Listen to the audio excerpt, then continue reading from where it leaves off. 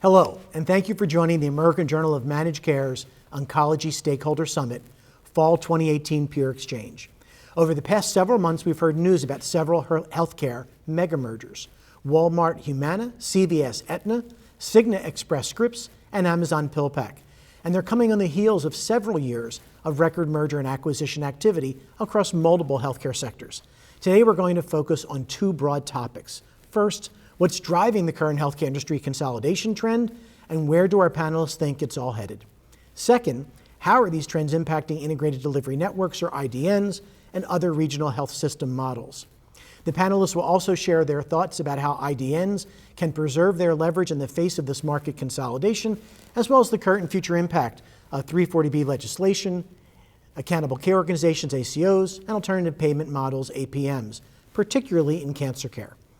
My name is Dr. Bruce Feinberg. I'm Vice President and Chief Medical Officer of Cardinal Health Specialty Solutions, and I'm joined today by a distinguished panel: Dr. Michael Kolodziej, Vice President and Chief Innovation Officer at AbbVie Health, Ms. Dana Macher, Senior Vice President at Avalere Health, and Dr. Mark Soberman, immediate past President for the Association of Community Cancer Centers, Medical Director of Oncology Service Line, and Chief Physician Executive of Montecito Health Partners, Frederick Regional Health System.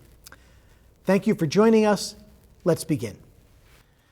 So with a new round of mega mergers on the near horizon, just naming them again: Walmart Humana, CVS Aetna, Cigna Express Scripts, and Amazon PillPack, I'd like to start with a brief history of healthcare consolidation, what has driven it in the past, and what's driving it today. Mike, given you've seen it firsthand with the developments on the provider side with PRN, Texas Oncology, US Oncology, I'd like to have you kick this off.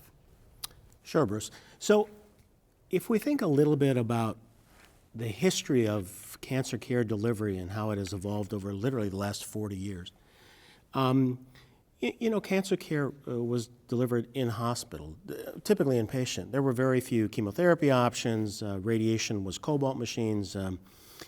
In the 80s, it changed, and we started seeing the delivery of care shifted to the outpatient setting and predominantly being delivered by independent physicians.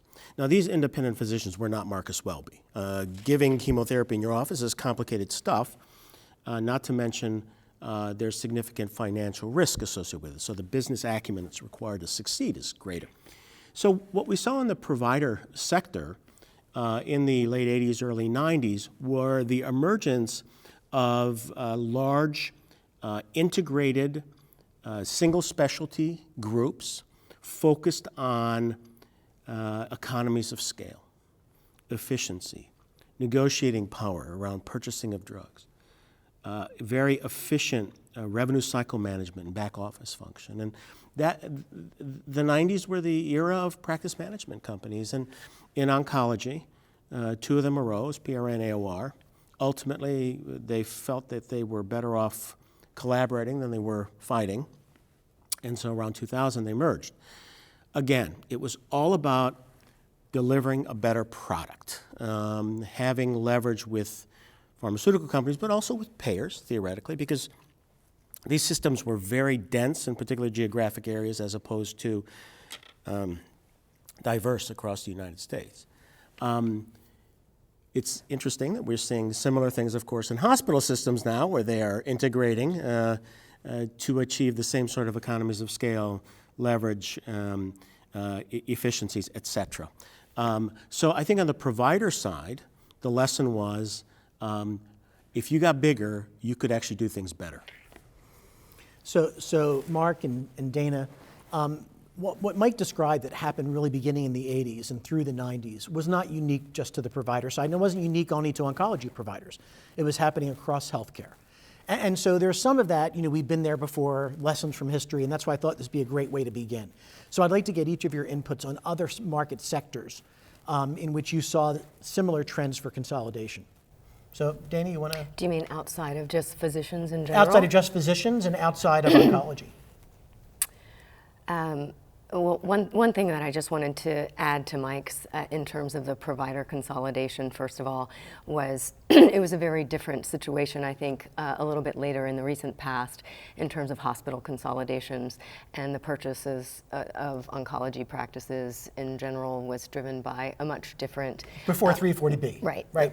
Right. Right. So then 340B came along, and Right. so I think that we had a much different market dynamic that was driving a lot of that. So there, I just wanted to add that onto Mike's.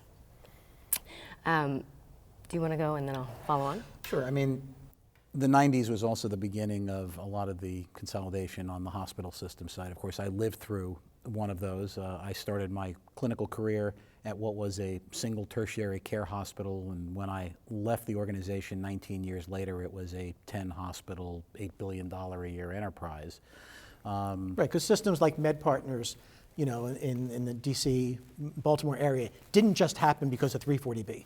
That was in place well before. Oh, absolutely. Right. It was, again, this desire to, scale, thinking that bigger is better, more efficiencies, more diverse portfolio of services, bigger catchment area. Again, it was all scale. And Bruce, the truth is, if you just sort of drill down, right? So there's a lot of consolidation in the payer world, right? Prudential got out of healthcare, right? Prudential got out of healthcare. And so the payers operated under the same model, which is getting bigger gives you leverage, gives you operating efficiency, makes you a better company.